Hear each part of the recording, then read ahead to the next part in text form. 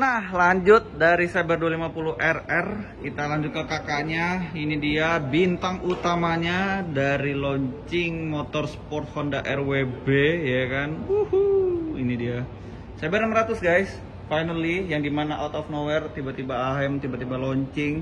Gue pikir motor ini hanya Jepang region only aja, yang dimana gue dapat kabar waktu pas ini press release global cuma di Jepang doang, karena di Eropa dia nggak masuk, Amerika gue nggak tahu, dan ternyata di Indonesia dimasukin juga di sini. Keren. Laku atau enggaknya belakangan, yang penting dirilisin dulu aja, karena biar gue bisa lihat langsung kayak teman-teman yang lain di sini, ya kan, pada bisa lihat langsung in the flash-nya Saber 600 Triple R kan, jadi ini ya Saber 600 RR. Oke, kita mulai dari tampilan fisiknya. Ini dia. Pada dasarnya kalau gue boleh bilang motor ini itu facelift ya jatuhnya. Tidak major change karena sasisnya sama, terus buntutnya sama, engine-nya pun sama, cuma ada di perubahan setting di mesinnya sehingga ada penambahan horsepower. Dan dari muka pun juga dia berubah gitu ya. Lebih mirip kayak versi 1000 cc nya, lebih sipit, lebih lebih garang, dan ditambahi dengan ini dia in body winglet, yang dimana dia udah benar-benar nyatu, nggak bisa lepas pasang. Yang ini berfungsi sebagai, bukan sebagai downforce sih dibilangnya, tapi sebagai, nggak tahu ya, mungkin lebih biar airflow-nya lebih bagus kali ketika lagi speeding lurusan. Tapi kalau dari segi looks, opini gue pribadi sih ini bagus ya, maksudnya tampilannya sporty look gitu. Oke lah. Cuma ada satu sih kalau kita ngomongin desain ya, masalah model buntut belakangnya tidak berubah sih menurut gue juga nggak masalah, karena motor ini jadi satu-satunya super sport yang masih mempertahankan undertail ya. Cuma Saber 600 doang nih masih sama nih.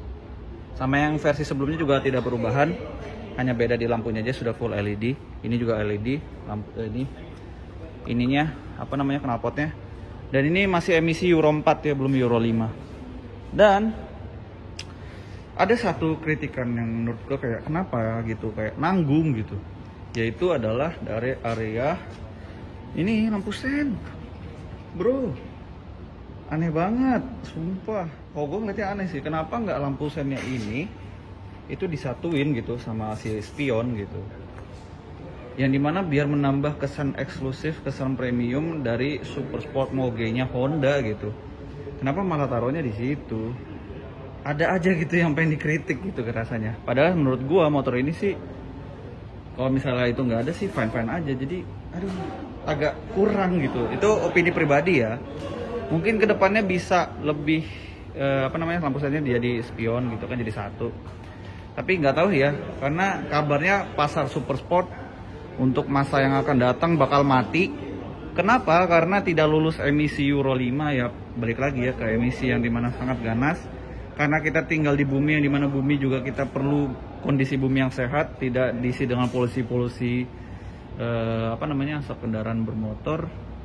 So super sport rencananya kabarnya bakal mati pasarnya, atau mungkin tetap dijual tapi sebagai motor balap only ya, race use only, bukan kayak motor street legal gini. Mungkin ini adalah gen terakhirnya dari Saber 600, mungkin ya, nggak ada yang tahu. Kalau misalnya ngelihat dari pabrikan Yamaha, Yamaha R6 dia sudah discontinue karena tidak lulus emisi Euro 5, karena ya memang pasal super sport ya, motornya emang buat kenceng kan. Jadi kalau misalnya di lulusin emisi Euro 5, horsepower bakal turun dan jadi nggak kenceng lagi. So kebijakan yang diambil sama mereka adalah mendiscontinue dan dijual dengan sebagai motor balap. Tapi kalau Honda untuk saat ini masih produksi Saber 600 RR ya, dengan tampilan yang lebih baru, lebih fresh di tahun 2021. Kita lihat aja ini motor ini akan bertahan sampai berapa lama. Tapi gua rasa sih cukup bertahan lama ya, karena kalau misalnya kita ngelihat sejarah dari Saber 600 ini, dia cukup panjang sih umurnya, dari 2013 sampai akhirnya diupdate itu 2020 akhir. 7 tahun men. Ya kita lihat aja deh ini umurnya bakal berapa lama. Terus untuk kaki-kaki pada dasarnya tidak ada yang berubah, cuman dari segi ergonomi sepertinya ada yang dirubah. Ergonomi standarnya yaitu dari segi segitiganya ini dia diturunin bro. Siap set downnya nih segitiganya ya, dia lebih turun. Mungkin untuk apa ya, biar ngasih feel motorsport yang nunduk gitu, karena kita tahu karakter Saber 600 itu dia super sport yang nyaman ya. Kalau ini kayaknya mau dibikin kayak yang nunduk biar kayak kesan sportinya tuh dapat banget. Cuma sepertinya kalau misalnya teman-teman yang punya motor ini pengen dibalikin ke posisi riding yang cukup nyaman, setengah begitu nunduk, gua rasa sih ini bisa dinaikin nih si segitiganya ya. Jadi ya seperti itu aja for your info. Lalu untuk dashboardnya ini baru full TFT color screen. Ini mengambil dari Fireblade yang lama, yang versi ramping itu ya, kurang lebih sama instrumennya segala macam. Ada 3 riding mode, 5 malah.